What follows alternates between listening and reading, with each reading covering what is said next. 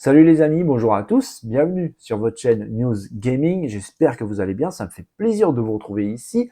Aujourd'hui, quelques news intéressantes à vous partager, notamment sur l'E3, le salon mythique du jeu vidéo de Los Angeles qui commence normalement bientôt. Mais ça sent pas très bon pour l'E3, j'ai envie de dire, c'est bien dommage.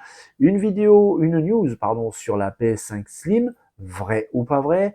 Une autre news qui est un petit peu embêtante sur The Last of Us Part 1 sur PC. Bref, j'en dis pas plus. Installez-vous confortablement. C'est parti.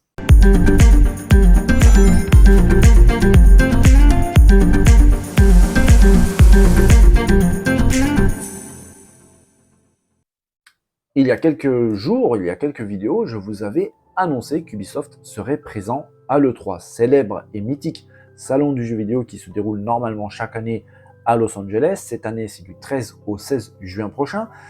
Ubisoft avait annoncé sa présence directement par le biais de son directeur, Yves Guillemot, qui avait déclaré que si l'E3 avait lieu, ils seront présents et qu'en plus, ils avaient beaucoup de choses à montrer et à présenter. On attendait ça avec impatience parce qu'on le sait qu'en ce moment, Ubisoft traverse une période un peu, voire très compliquée, avec beaucoup de reports, beaucoup d'annulations, beaucoup de retards, une ambiance pas géniale dans les locaux même d'Ubisoft. Donc on s'est dit, super, on va pouvoir avoir des nouvelles sur des jeux qui sont annoncés depuis très très longtemps, peut-être des annonces phares. Eh ben, il va falloir se faire une raison. Ubisoft ne sera pas présent à l'E3, ils l'ont déclaré eux-mêmes, avec un message plutôt clair, en disant, alors que nous avons initialement l'intention d'avoir une présence officielle à l'E3, nous avons pris la décision d'aller dans une autre direction et nous organiserons un événement Ubisoft Forward Live le 12 juin à Los Angeles. Nous avons hâte de partager plus de détails avec nos joueurs très bientôt. Alors ça veut dire beaucoup de choses et pas grand chose en même temps, tout simplement parce que déjà on se demande un petit peu ce moyen de communication qui est un peu étrange, bizarre. Il y a quelques jours donc le président lui-même annonce et confirme sa présence à l'E3. Là aujourd'hui on a un nouveau message qui dit totalement le contraire. L'E3 commence le 13 juin, Ubisoft fait son propre salon, sa propre conférence le 12, un jour avant. C'est vraiment bizarre. Personnellement, j'ai un petit peu peur pour l'E3, ça sent un peu mauvais, parce que de plus le temps passe et moins d'acteurs majeurs sont présents en fait à l'E3. L'E3 est en train, clairement à mon sens, en train de mourir, vraiment. On sait que Nintendo et Sony n'y seront pas, mais ça à la limite j'ai envie de dire que c'est presque normal entre guillemets, historique, parce qu'ils n'y sont pas depuis vraiment très longtemps. Par contre, il y a quelques jours, Xbox a annoncé qu'ils ne seront pas présents aussi à l'E3, alors que eux, c'était un des acteurs majeurs de l'E3. Ils soutenaient l'E3 par leur présence. Je me souviens d'énormes conférences Xbox à l'E3. Cette fois, ils ont annoncé qu'ils ne seront pas présents, qu'ils vont faire eux-mêmes une conférence à part le 11 juin, donc 2 jours avant le début de ce salon. Et ça sent vraiment pas bon. C'est assez bizarre. On sait de toute façon qu'il y a d'autres salons qui vont arriver. Et malheureusement, j'ai l'impression qu'il y a un petit peu de trop de concurrence pour l'E3 qui a du mal un petit peu à digérer beaucoup de choses. On se rappelle par exemple de la pandémie du Covid qui a mis une sacrée droite à l'E3. Par exemple, l'ESA, qui est l'organisateur, avait eu pas mal de difficultés à s'adapter à cette très mauvaise période. En 2020, le salon avait été purement et simplement annulé. Ça, à la limite, c'était normal parce qu'on ne pouvait pas faire de présentiel. L'année suivante, en 2021, ils ont plutôt bien géré le coup en faisant un salon E3 100% digital, mais déjà là, on sentait que quelque chose n'allait pas. Et ça a été confirmé avec l'année suivante, en 2022, avec encore une fois une annulation du salon. Ça sent vraiment mauvais, plus ça va et moins ça va. On vient d'apprendre en plus aujourd'hui que Tencent et Sega n'allaient eux aussi pas être présents dans ce salon vraiment légendaire. C'est vraiment dommage. Tencent et Sega vont eux aussi avoir leur propre conférence en marge du salon. Ça commence vraiment à faire beaucoup. Et on apprend en plus qu'un autre développeur, Devolver Digital, a aussi annoncé son absence de l'E3. Et ça va même plus loin parce qu'en fait, ils ont annoncé leur propre conférence au salon Summer Game Fest qui se passe quelques temps après l'E3. Donc en fait, les développeurs, les studios vont carrément chez la concurrence. Donc vraiment, j'ai l'impression que plus ça va et plus l'E3 est en train de disparaître. C'est vraiment dommage parce que c'est un salon historique, mythique. Je me souviens d'annonces grandioses dans ce salon, à l'époque même de la presse papier, jeux vidéo, où les journalistes, les pigistes allaient là-bas pour nous faire découvrir en photo les nouveautés. Et plus ça va, et plus ce salon est en train de disparaître doucement mais lentement. C'est un vrai problème parce que l'ESA, l'organisateur, a pas mal de difficultés à gérer la chose. On verra un petit peu comment ça va se passer, parce qu'en plus de ça, il y a une énorme rumeur qui court, c'est que l'ESA pourrait déclarer cette semaine que le salon E3 est purement et simplement annulé. Alors, est-ce que c'est la réalité? Est-ce que le fait que tous ces départs d'éditeurs majeurs, même carrément de constructeurs de cette E3, vont pousser l'annulation de cette E3? Est-ce que eux, ils savent déjà en fait que la décision de l'annulation est prise et donc ils prennent les devants et vont voir ailleurs? C'est possible aussi. Pour l'instant, on n'en sait rien. En tout cas, à date, il est prévu du 13 au 16 juin. Ce sont les dates officielles. L'ESA n'a pas encore communiqué dessus, mais comme j'ai dit, il y a une grosse rumeur comme quoi cette semaine, il y a une officialisation de la tenue ou non de cette E3. J'espère vraiment que ça va continuer. Peut-être que ça sera l'occasion pour beaucoup d'éditeurs de faire émerger des titres qui sont submergés par les grosses licences AAA qu'on ne verrait peut-être pas forcément. C'est peut-être une bonne idée. Ou alors tout simplement tuer l'E3, en finir avec ça et passer à autre chose. De toute façon, il y a d'autres salons qui arrivent tout de suite après, comme la Summer Game Fest, qui avait très très bien marché l'année dernière. Donc on verra dès que j'ai des news à ce sujet, évidemment sur la chaîne, vous serez au courant. Et dans l'onglet communauté de la chaîne, je vous ai mis un sondage pour savoir ce que vous pensez de cette éventuelle disparition de l'E3. Est-ce que pour vous, c'est dommage, mais pas si grave que ça? Ou alors, est-ce que c'est grave? Un bon gros salon avec tous les acteurs, c'est important. Dites-moi ce que vous en pensez, mettez dans le sondage vos choix et on pourra analyser tout ça ensemble. La PS5 actuelle est disponible déjà depuis un peu plus de 2 ans, mine de rien, ça passe, on n'a pas vu le temps passer, et c'est vrai que son démarrage, à l'image un petit peu aussi de la Xbox Series X et S, ça a été un petit peu chaotique, compliqué, tout cela dû à une pénurie de composants absolument terrible, mais Sony a déclaré récemment que cette pénurie était derrière eux et qu'aujourd'hui tout va bien, et c'est vrai qu'on trouve des PS5 plutôt facilement maintenant, les stocks sont là, pareil pour la Xbox. On attend maintenant des vraies news concernant une PS5 Pro. On sait, d'ailleurs j'ai fait des vidéos dessus, qu'il y a pas mal de rumeurs, des choses assez croustillantes qui commencent un petit peu à apparaître de ci de là sur cette PS5 Pro. C'est sûr et certain, Sony est en train de travailler dessus. Et peut-être aussi d'une éventuelle PS5 Slim, même si ça c'est un petit peu moins sûr. Il y aurait peut-être des changements de plan chez Sony. Et curieusement, en Australie, un revendeur a fait une déclaration assez curieuse, comme quoi la PS5 Slim était en train d'arriver, elle était en approche. Il a révélé l'existence de cette PS5 Slim sur sa page, sur son site internet de revente de consoles et de jeux vidéo, en disant que la PS5 est plus fine, avec un nouveau look. Mais c'est assez bizarre parce qu'en fait, ces mots pour décrire cette PS5 Slim sont trait pour trait exactement les mêmes mots qu'il a utilisés à l'époque pour pouvoir décrire la PS4 Slim.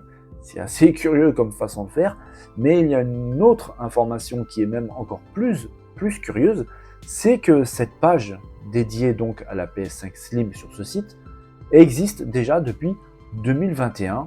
Rien que ça, on est en 2023 et cette page donc existe, elle avait été déjà faite en 2021.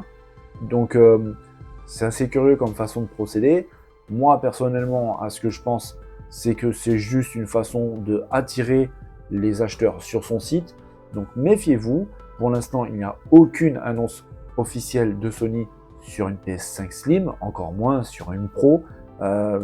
Des revendeurs comme ça qui annoncent déjà l'arrivée de la machine, vous pouvez être sûr que c'est totalement faux, que ça n'existe pas. Donc, méfiez-vous. on n'a pas d'informations. Pour l'instant, on attend. Peut-être une PS4 Pro qui devrait être annoncée. La Slim, comme je vous ai dit tout à l'heure, c'est pas sûr du tout. Si vous voulez avoir des vraies informations, allez pas à droite à gauche, restez ici. D'ailleurs, n'oubliez pas les pouces, les abonnements. Vous louperez rien, c'est promis. The Last of Us, série mythique des consoles PlayStation, qui a révolutionné un petit peu la façon de jouer ce type de jeu. D'ailleurs, ce jeu vidéo, The Last of Us Part 1 et 2, s'apparenterait plus à une expérience vidéoludique qu'à un jeu en lui-même. C'est en tout cas la sensation qui en ressort une fois qu'on a joué à ce jeu. C'est vraiment très très spécial, c'est de la haute volée. Jeu qui a été adapté ensuite en série, qui a absolument cartonné. The Last of Us a été la série la plus vue au monde devant même, par exemple, Game of Thrones. D'ailleurs, une saison 2 est actuellement en préparation. Et avec toutes ces références très élogieuses, on pouvait se dire que l'adaptation PC de The Last of Us par Sony allait être un succès colossal. On s'est dit, oui, carrément, Sony va mettre les petits plats dans les grands. Mais en fait, c'est pas vraiment ça. Car dans les appréciations Steam, le jeu ne reçoit que des mauvaises notes dès le jour de la sortie sur PC. C'est vraiment incroyable qu'un tel jeu d'une telle compagnie, tel développeur Naughty Dog est totalement et simplement injouable. Il est bourré de bugs. D'ailleurs, les joueurs eux-mêmes ont laissé des commentaires, des appréciations en disant des chargements toutes les 2 minutes qui durent bien trop longtemps, des glitches, des bugs à tout va. Le jeu n'arrête pas de planter, j'ai dû le redémarrer 2 fois en l'espace de 20 minutes. C'est littéralement une catastrophe. C'est même assez bizarre qu'un jeu d'une telle compagnie, je rappelle Naughty Dog quand même, c'est les papas de The Last of Us bien évidemment, mais aussi de Uncharted par exemple, ce sont des maniaques, des ravagés de la finition. On le voit dans leur jeu à chaque fois, c'est absolument colossal le travail fourni. Là, on se retrouve avec une édition PC. On s'est dit, ça va être génial avec la puissance des PC, les nouvelles cartes graphiques. On va pouvoir avoir un The Last of Us encore plus impressionnant. C'est pas le cas, mais en plus de ça, c'est buggé tellement fortement que le jeu en devient injouable. C'est assez curieux que Naughty Dog n'a pas vu ça, en fait, avant de sortir le jeu. Ils ont même déclaré qu'ils sont au courant. J'ai envie de dire, j'espère bien. Que normalement un patch va arriver, c'est vraiment bizarre et ça me fait rappeler un petit détail, c'est que avec cette guerre impitoyable que se livrent Xbox et PlayStation sur l'achat d'Activision, le président Jim Ryan de Sony avait déclaré que éventuellement Microsoft pourrait développer une version de Call of Duty pour les consoles PlayStation buggée, de faire exprès de sortir un jeu buggé pour pouvoir dégoûter les joueurs PlayStation et leur dire en gros de venir chez Xbox pour avoir un jeu de meilleure qualité. Et là, Sony eux-mêmes sortent une version buggée à mort de The Last of Us pour PC. Alors, est-ce que c'est exprès ou pas? Je ne sais pas. J'ai pas envie de dire que Sony a mis la pression à Naughty Dog pour sortir le jeu le plus vite possible et les a empêchés de peaufiner ce jeu. Mais on sait jamais. Mais c'est vrai que cette déclaration de Jim Ryan concernant Call of Duty, elle résonne un petit peu bizarrement là maintenant quand on voit ça. Surtout qu'en plus, le jeu aurait dû a été retardé de 25 jours pour laisser le temps aux équipes de Naughty Dog de peaufiner le jeu et de supprimer, de corriger tous ces bugs. Visiblement, ça n'a pas suffi. Mais ce qui est vraiment bizarre, c'est que malgré tout, ils ont quand même sorti le jeu en sachant qu'il était bourré de bugs. Le jeu devient totalement injouable. Donc, personnellement, si vous êtes fan de cette série autant que moi, personnellement, je conseillerais d'attendre un petit peu avant de me lancer dans l'aventure parce que c'est un jeu tellement incroyable, formidable. Ça serait vraiment dommage de gâcher cette expérience vidéoludique majeure à cause de bugs. On préfère attendre que des patchs arrivent pour un petit peu corriger tout ça. J'espère vraiment bientôt. On peut faire confiance quand même à Naughty Dog, j'ai envie de dire, même si là on est un petit peu déçu du résultat. En tout cas, courage à ceux qui ont acheté le jeu un petit peu trop en avance, j'ai envie de dire. Mais c'est comme ça. Maintenant, ce sont les actionnaires qui commandent. Les développeurs sont obligés de suivre les décisions. Et parfois, ça se passe pas très très bien. Il a été annoncé en août 2022, il était annoncé sortir en mai prochain, mais il va falloir s'armer d'un petit peu de patience, je vous promets, c'est juste un petit peu, pour pouvoir mettre la main sur Atlas Fallen. Lui aussi vient d'être annoncé, reporté par l'équipe de développement. Après, c'est pas un report très important, c'est dommage, mais c'est peut-être mieux ainsi. L'équipe de développement d'Atlas Fallen a déclaré: notre objectif a toujours été de créer une expérience ARPG mémorable dans un cadre unique avec un gameplay passionnant et l'option d'une coopération transparente, entièrement jouable avec un ami. Nous aimerions donner au jeu un peu plus de temps, ce qui nous permettrait d'offrir la meilleure version possible d'Atlas Fallen. Alors je vous ai dit qu'il a été reporté de pas très loin. En effet, il passe du mois de mai au 10 août 2023. C'est pas énorme. À la limite, je préfère qu'un jeu soit un petit peu reporté, mais au moins qu'il sorte dans des bonnes conditions, avec le moins de bugs possible. Un petit peu ce que n'a pas fait Naughty Dog, visiblement, sur The Last of Us pour PC. Bim, ça c'est gratuit. Mais oui, je préfère attendre un peu plus, mais avoir un jeu bien fini et une expérience utilisateur agréable. Profiter du jeu que j'ai acheté, plutôt que d'avoir un jeu rapidement, mais en fait avoir une bouillie de pixels, bourré de bugs, des temps de chargement très longs, des plantages, des redémarrages. C'est vraiment très pénible. On paye, je pense que vous êtes d'accord avec moi, pour avoir un jeu fini et non pas pour avoir une démo à laquelle s'ajoutera des divers patchs pour avoir un jeu jouable. Je trouve ça vraiment insupportable. Là, l'équipe de développement d'Atlas Fallen a pris très probablement la bonne décision, d'autant plus que le report n'est pas non plus gigantesque.